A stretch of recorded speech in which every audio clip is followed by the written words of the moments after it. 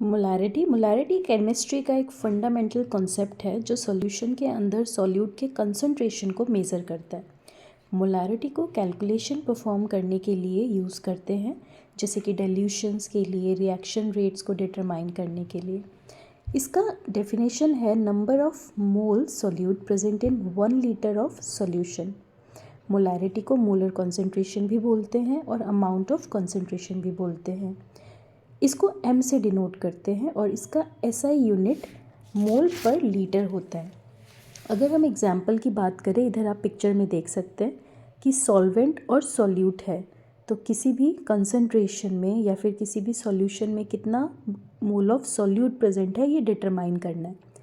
इसका जो फॉर्मूला होता है ये होता है molarity equal to weight in gram into 1000, जैसे कि ऊपर मैंने 1 लीटर बताया है डेफिनेशन में, bye molecular weight into volume. कभी कभी कुछ क्वेश्चंस हमारे आते हैं कि हमें वेट इन ग्राम्स डिटरमाइन करना है या फिर कभी भी मोलारिटी डिटरमाइन करना होता है, तो आप इस फॉर्मूले से डिटरमाइन कर सकते हैं। एक एग्जांपल से समझते हैं। अगर हमें 2 मोलर NaOH प्रिपेयर करना है इन 100 ml ऑफ डिस्टिल वाटर, तो मॉलिकुलर वेट हम लोग उस बॉक्स में चेक करेंगे। जो भी हमारा सॉल्यूशन का कंटेनर होता है उसमें उसका मॉलिकुलर वेट गिवन होता है। तो NaOH का जो मॉलिकुलर वेट है वो 40 होता है।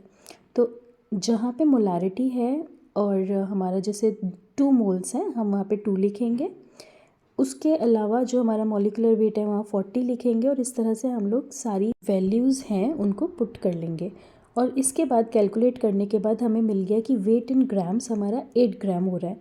तो रिक्वायर्ड था हमारा 100 ml ऑफ डिस्टिल वाटर, तो 8 grams in 100 ml of distil water. In case हमारी यूनिट 2 मिली मोल है तो उसको हमें कन्वर्ट करना होगा मोलर में। किसी भी यूनिट में जैसे हमें मिलेगा, चाहे वो माइक्रो मोलर हो या मिली मोलर हो, हमें सबसे पहले उसको मोलर में कन्वर्ट करना है। तो फॉर एग्जांपल 1000 मिली मोलर में 1 मोलर होता है, तो इस अकॉर्डिंग कैलकुलेट कर सकते हैं। Please subscribe for more video. Thank you.